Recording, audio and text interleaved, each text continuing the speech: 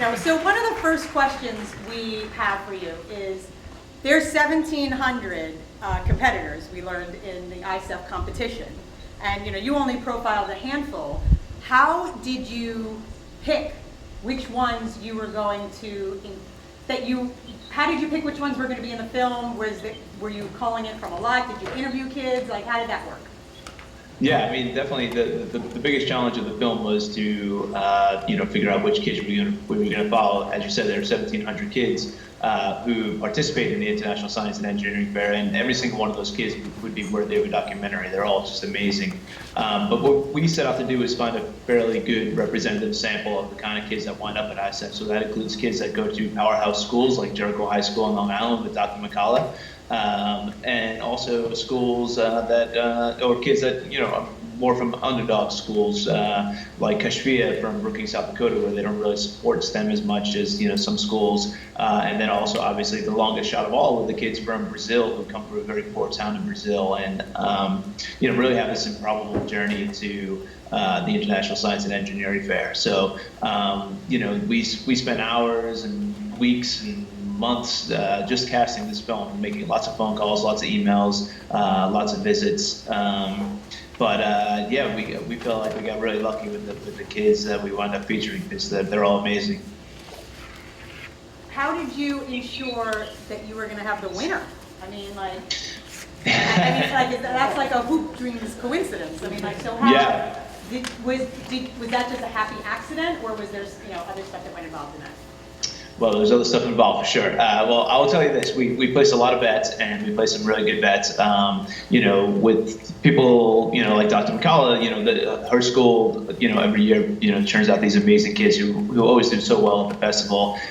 So we got lucky with Kendra, doing so well, and Kashfia also. That was her third time going to the science fair, so we thought that she had a good chance with her project because she knows it really well, and so she did amazing as well. And then we knew we probably weren't going to get the overall winner if we had picked that from the beginning. I would have bought a lottery ticket the same day. So what we did was we wound up reverse engineering his story. So we found out Ivo won, and then we went up to him right at that moment, and then we interviewed him at the fair, and then we said, hey, we're going to come to Germany to film your backstory. The German science fair director who's featured in the film, says that Ivo is a VIP now, and it's very true. Ivo gave us like a day and a half to do his entire story because he was so busy. So he really is a VIP these days, Ivo. How did you pick Brazil?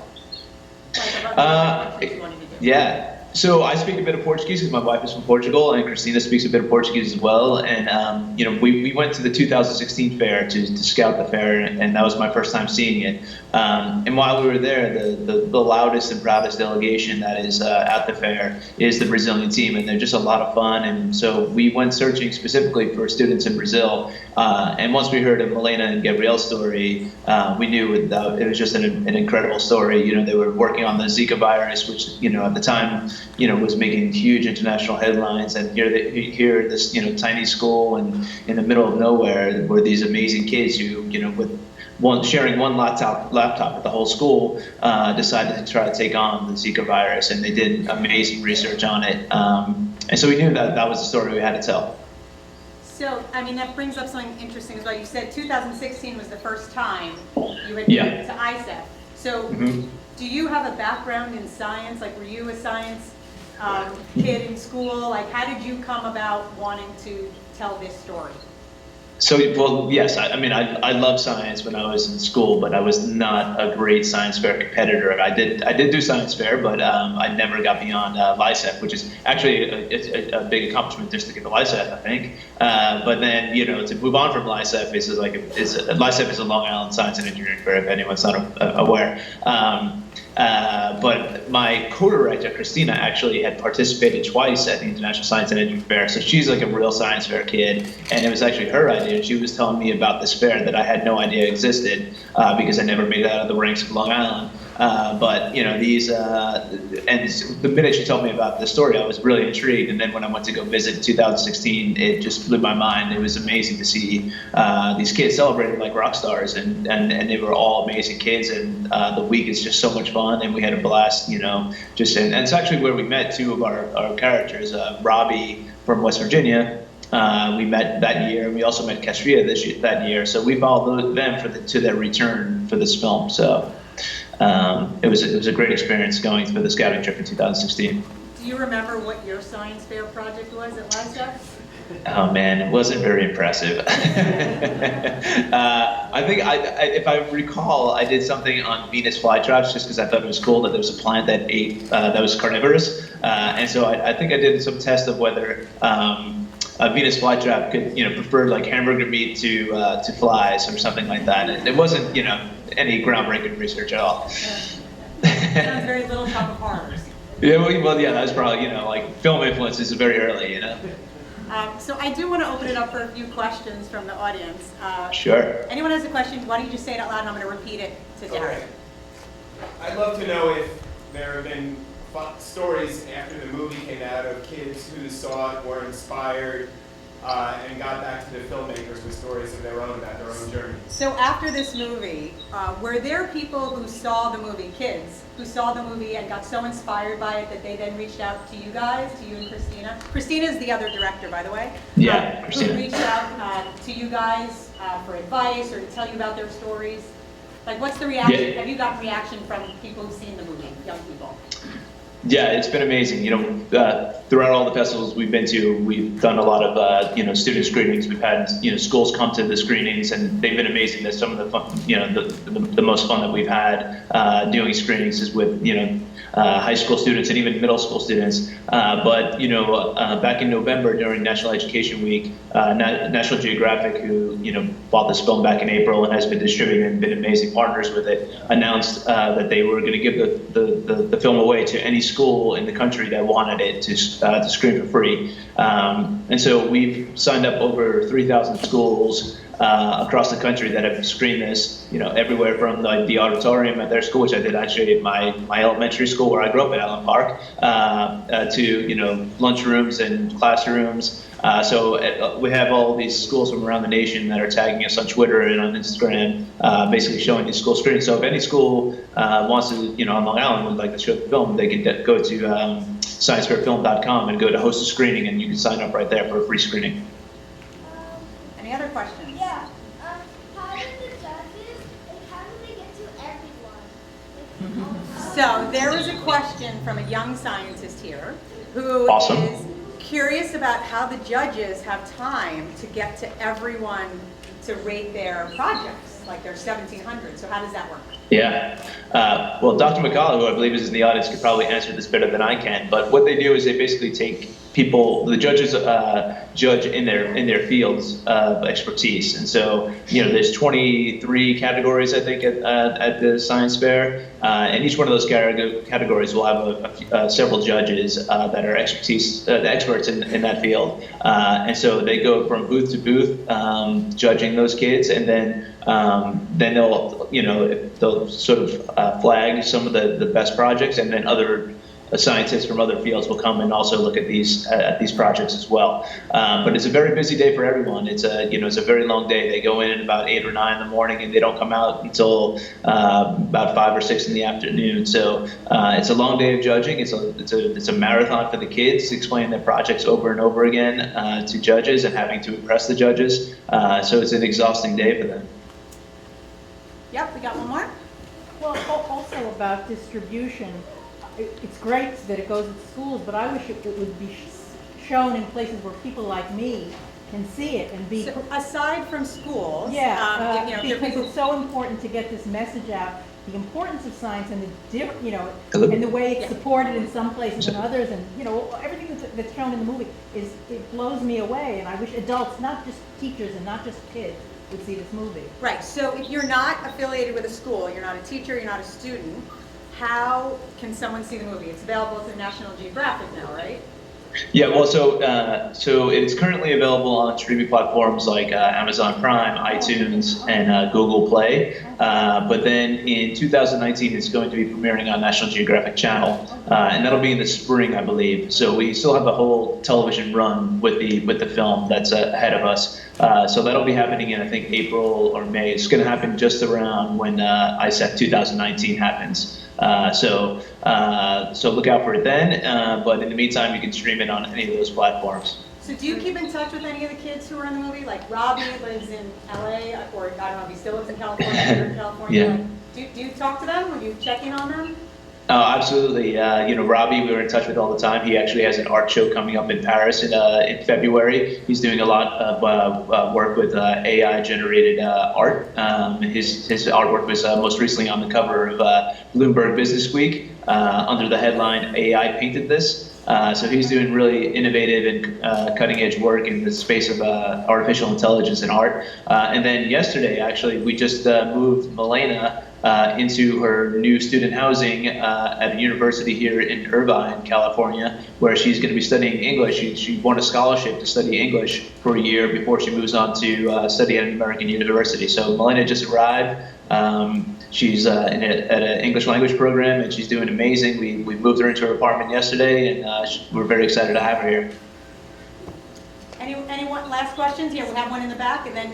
I'm curious logistically how you film all the different venues, especially as you get closer to the competition, you have the crews and stuff. So logistically, you were in a lot of different geographic locations that were pretty far from each other. Yep. How did you handle that? Did you have different crews, or how long were you taking to put the project together? Yeah, so it's a good question. The whole thing was shot between myself, Christina, and our cameraman, Pete Alton. It was the three of us basically traveling to every single one of these locations over the course of about 5 months. We shot from January 2017 through May of 2017 when we filmed the science fair. And then we did a couple of pickup shoots over the summer, but we pretty much spent the whole summer editing to get it ready for the Sundance deadline, which is in September. So, once we got it to post, we brought a bunch of other people on to help us with the story and help edit the story, obviously. But for the duration of the filming, it was pretty much myself, Christina, Pete Alton, and then we had a New York producer, Chris Rios, who was spending a lot of time with Dr. McCalla. He was the lucky one. Well, with that, we're going to say goodbye to you because we want to bring up Dr. McCalla. All right. But big hug to Dr. McCalla. Yeah, Happy New Year, everybody. Give a big wave to everybody. Everybody give a big wave back. Thank you so much. Thanks for coming, everyone. We may reach out to you with some additional questions. So how did you first get involved? How did you feel when they approached you? Were you nervous? What did you think you were getting involved with? I actually thought, because we have done very well in the science research arena, I assumed it was going to be a teaching documentary. I thought that it was going to be a documentary that actually helped other teachers grow their research programs. So when they came, I was just like, yeah, whatever. I didn't think anybody was ever going to see it, except a bunch of teachers. And then they wanted Sundance, and it changed. Everything changed. Were you there? I went to Sundance. Jericho allowed me to go to Sundance for 3 days, and that was the first time I saw the film. So I walked into the movie, and I was scared because they have over 3 terabytes of film. So I didn't know what they did or what they were going to show, and it was a lot of long nights, and some days that some of the film was captured at my house, and I was nervous because I remember having very long conversations after very long days. And I didn't want to seem like, I wasn't thankful for my experiences. I am. I love working at Jericho, and my students are phenomenal. I'm very lucky. But it's hard, and sometimes it's taxing. And I was afraid when I went to Sundance, what was I going to see? But it was good. And when you walked out of the movie, were you just swamped by people? Because now you're a movie star. That was the first time I got a standing ovation, and I was like, whoa, what? It was weird. And because, my kids, again, I think they love me, I love them, but I never got a standing ovation for it. So it was cool. When was the first time you saw the movie with your students? Did you see it with them? We showed it at Jericho one afternoon in May last year, but it wasn't well received because it was a busy time for everyone. So a lot of my students did not see it with me. I mean, since, because now it's on iTunes and it's on Amazon Prime, a lot of them saw it on their own. But we are showing it next Friday at Jericho. So that's kind of cool that the whole student body could see it now.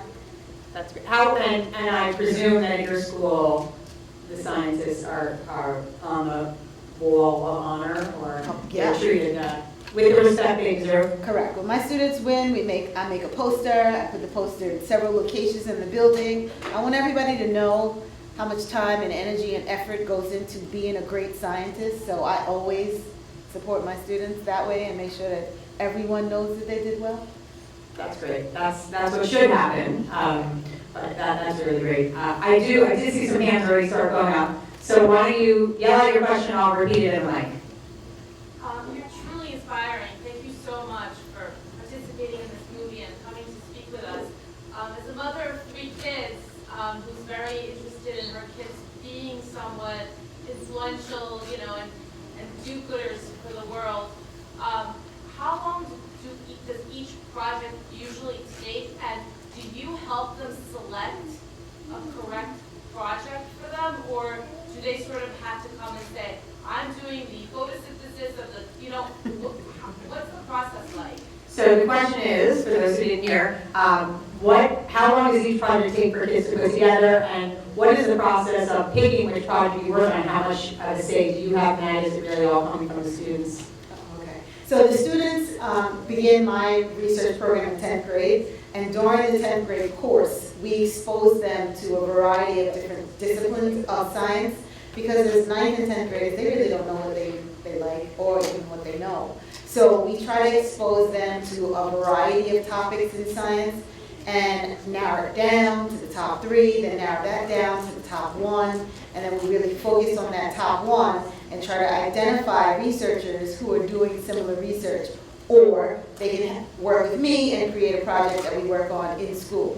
So it's a variety of steps that we complete in order to find a project. And to be clear, no, I never say you should or must do this project. I only let the students do things that they are passionate about. That is one of my mandates. They have to love it or we don't do it. So someone had brought up before about the school Brookings, where they seem to really not have a clue. But have you ever been in contact with the administrators there or talked to any of the teachers there after you learned what was going on there? So I did not personally, but Darren and Christina reached out to Brookings after Kashfia came in first place at ISF and said, listen, she won. We want you to know she won, and we're going to come back and film some more. Do you guys want to do something? And they did not. They did not. They chose not to. And that's sad, because if our kids, and when our kids come in first place, we're like, let the balloons fall, celebrate. They chose not to. I guess she's very lucky that she's going off to a place that will appreciate her now. She's in Harvard right now. She's doing very well. Can you speak to the superintendent or the principal? I'm sure Darren and Christina did whatever they could do, but some people just don't want to listen. So you have another question? I was struck in the movie when they transitioned from the students in Brazil to Jericho, and what a contrast that was. And Purposeful. And I actually am very involved in the Malvern School District, and what interests me is that there's actually contrast between the resources that a district like Jericho has and many of our other districts on Long Island that do not have the same amount of money or resources or access to the different science classes, advanced STEM courses, to explore those subjects, and then even if the kids are interested, access to the kind of resources where they could do the kind of research that the kids at Jericho do. So I'm wondering if there's been any conversations that you've been involved with on how to solve that problem right here at home. So the question is, there's clearly, you're going to have this in any state all across the country, where there are districts that take science more seriously, there are districts that have more money to spend on it, and in particular on Long Island. Are you involved in any kind of district-wide or island-wide discussions about how to raise the profile of science and maybe give access to other school districts? Is there anything you're aware of that's going on? Honestly, I think it is really on the districts because Jericho wasn't, I guess, so focused on this competitive process until I kind of got there. And I know that I worked at another school in Long Island, and I don't know if it's all coming down to resources because most of the supplies that we have within our research room are a result of the students winning. What you don't see is if when Kendra came in first place, ISEF also gives Jericho an award for that. So this district actually gets money, and what's wonderful about Jericho is that they give it directly back to our program. It's not disseminated, across the campus. It's given directly back to science research. So when my students win Regeneron, Science Talent Search, we had 11 students win last year. We got $22,000 from Regeneron directly, not from Jericho. And then that money allows me to buy high-end technology that otherwise they wouldn't have. Because Jericho wouldn't just spend that much money on just my course, I don't know. In addition, I definitely feel that you probably need somebody in the building that's really gonna make a ruckus. And that was kind of sort of, I disrupted Jericho when I came in. I don't think that their focus was primarily research. I believe I was a disruption, and I knew I had a goal, and I stated it. When I came to Jericho, I said, wow, these are some amazing kids with amazing parents, a strong administration. I can do better, and they can do better. So I decided to see how much I could do. Well, they're clearly very lucky to have you. We will take a few more questions, but I also want to call up the students from Jericho who are here, Dr. McCalla students, in case people have questions for them as well. So why don't you guys just all come up? Because I know some of you have been to ISEF. Yes. You know what it's like. So why don't you guys all come up?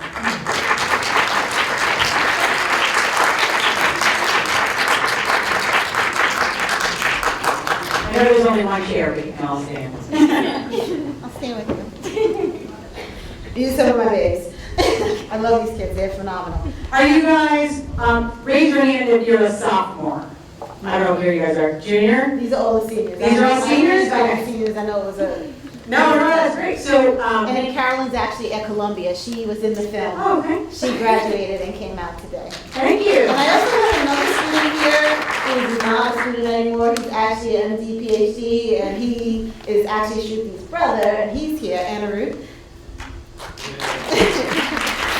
So how many of you, just by raising hands, have been to ISEF? Have any of you been there? Wow. So what year were you there?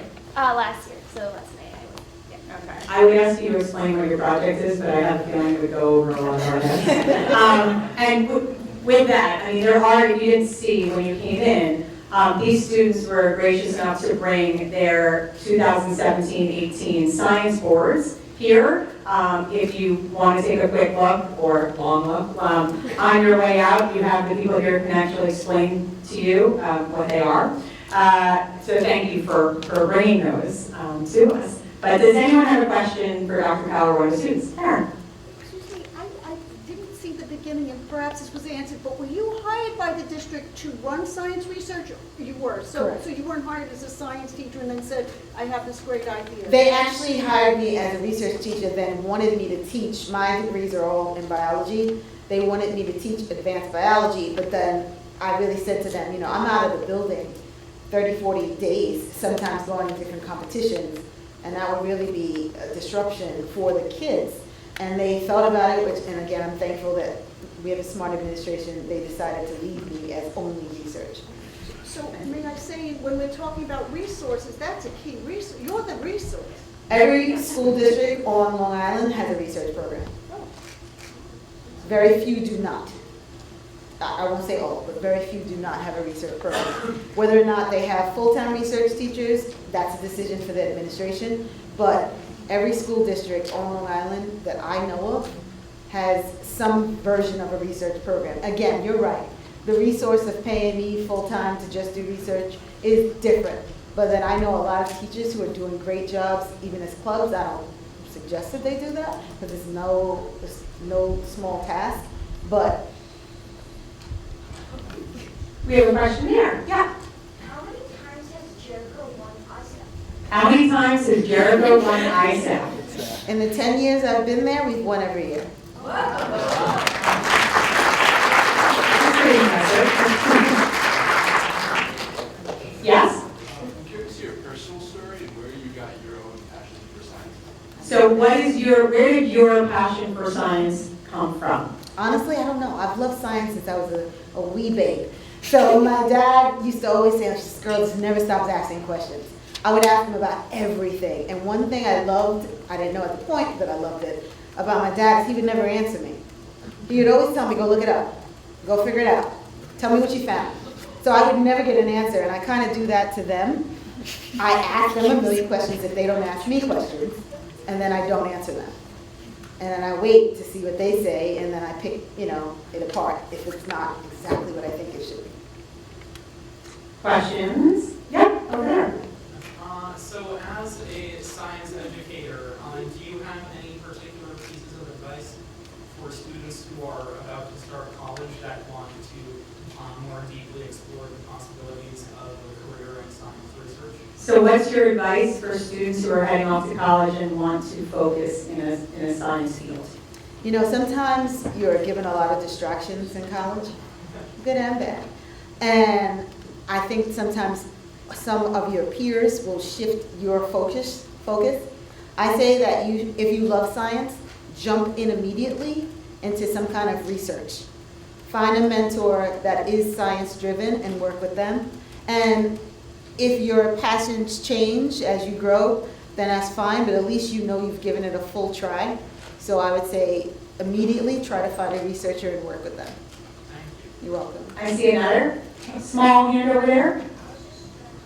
Oh, it's just stretching. That's what they do. Other questions? Okay, in the back. Hi, Dr. McCalla, did you enter ISAF? Did you enter ISAF? No. Part of my reason for starting my camp, which is not just for underprivileged, but anybody can come, is because I didn't even know ISAF existed. Yeah, actually, there's flyers outside. Dr. McCalla runs a science camp. So we have them outside if you want more information on that. And it was so sad to me, I wish that I would have known, because I think I would have been pretty good. And I think there are so many kids who don't know about this, and this is such an amazing thing. That's why I'm so happy that National Geographic was willing to give it for free to so many schools if they were willing to sign up and register. So I hope many more students who do not know, and I see it coming. Because I also run the New York State Science and Engineering Fair, and we used to not have as many students from all over coming to our fair, and I'm getting a lot of new emails, and that makes me really excited that more kids want to be involved. So it's happening. Of the students who are up here, so you're all seniors, and so you're going on, are all of you going into science, you're just planning on studying science next year? Who's not? Normally my kids are not always. So Right. these kids are, Right. they all, and that's okay, because I think they learn so much that is applicable to any discipline. Yeah, They, lawyers, whatever they want to become, business people. But most of the time, they half and half. So do any of you, I'm curious, when you guys first saw the movie, what was your reaction to seeing either yourself or your friends or your teacher on the big screen? Or you can take that here. I think one of the main things was that because we were such a big part of it, it was very emotional to us, and it was very close to us too. And especially last year when we saw it, when the people that went to the screening, it was right after a lot of competitions. So it was after we got some wins, some losses, so we kind of saw where all that came together. And we also saw a bunch of kids from so many different places, so many different backgrounds. Like the girl from Brazil, I was bawling during that. Because that was just so beautiful to see someone who didn't really have a lot of resources get where she wanted because she was so passionate. And I think that's kind of what drives all of us, is that passion, and then of course Dr. McCalla pushing us from behind always. And I think another thing is each other. It's really been such a great time in this program, and I think just learning from the other kids in the program, I've just gotten so much out of it. So we're just going to take one more question because we know people have to do homework. But, right over here. Yep. You said you started at like in your district or other districts that you've seen? So when our kids in middle school were interested in science, what does it look like in your district or other districts that you admire, and what should be the focus for them? We don't have a middle school program for science research, but they definitely have other programs like robotics and, do they still have that? Science Olympiad. They have Science Olympiad, so they used to have the competitive science class, but they don't have it anymore. Honestly, that's a problem. I don't think that we expose the middle school students enough to science, and I wish we did. I think it's really important to start them young, because once they're in, it's really hard to get them out, which is great. But I don't think that if they don't have a strong foundation, and I think that's why someone asked, it was so normal for me to become a science researcher and a scientist, because I've loved it for forever. And when we start them really young and get them involved really young, it's really hard to sway them out of it. I just want to ask one last question. I personally, I'm just so impressed with how many girls were in the movie. And how many girls are here. Not that, there are great scientists who are male, there are great scientists who are female, but just when you went to ISEF, do you feel there's like a 50-50 split, like male-female? Like, do you notice that? Yes. For the most part, there is a 50-50 split with girls and boys, but they are lost in college. Late fathers, mothers, watch your children. They are lost in college. That's when it's really competitive and maybe not so girl-friendly. And I've had some phenomenal computer science girls, and once they get to college, they give it up because it's so male-dominated that they're almost isolated. And I felt that way growing up too. I had people, shocked that I was sitting in the classroom being black and being female. It was hard, and I was always isolated or alone. And I just always loved it, so I never left. But that's where we lose them. We don't lose them in high school. I think they're supported in high school, but not in college. So it's important to look for a school that has a strong program that's, the percentages are more equal. All right, well, we do have to wrap it up tonight. Dr. McCalla will be over for a couple more minutes, and we can look at some of the awards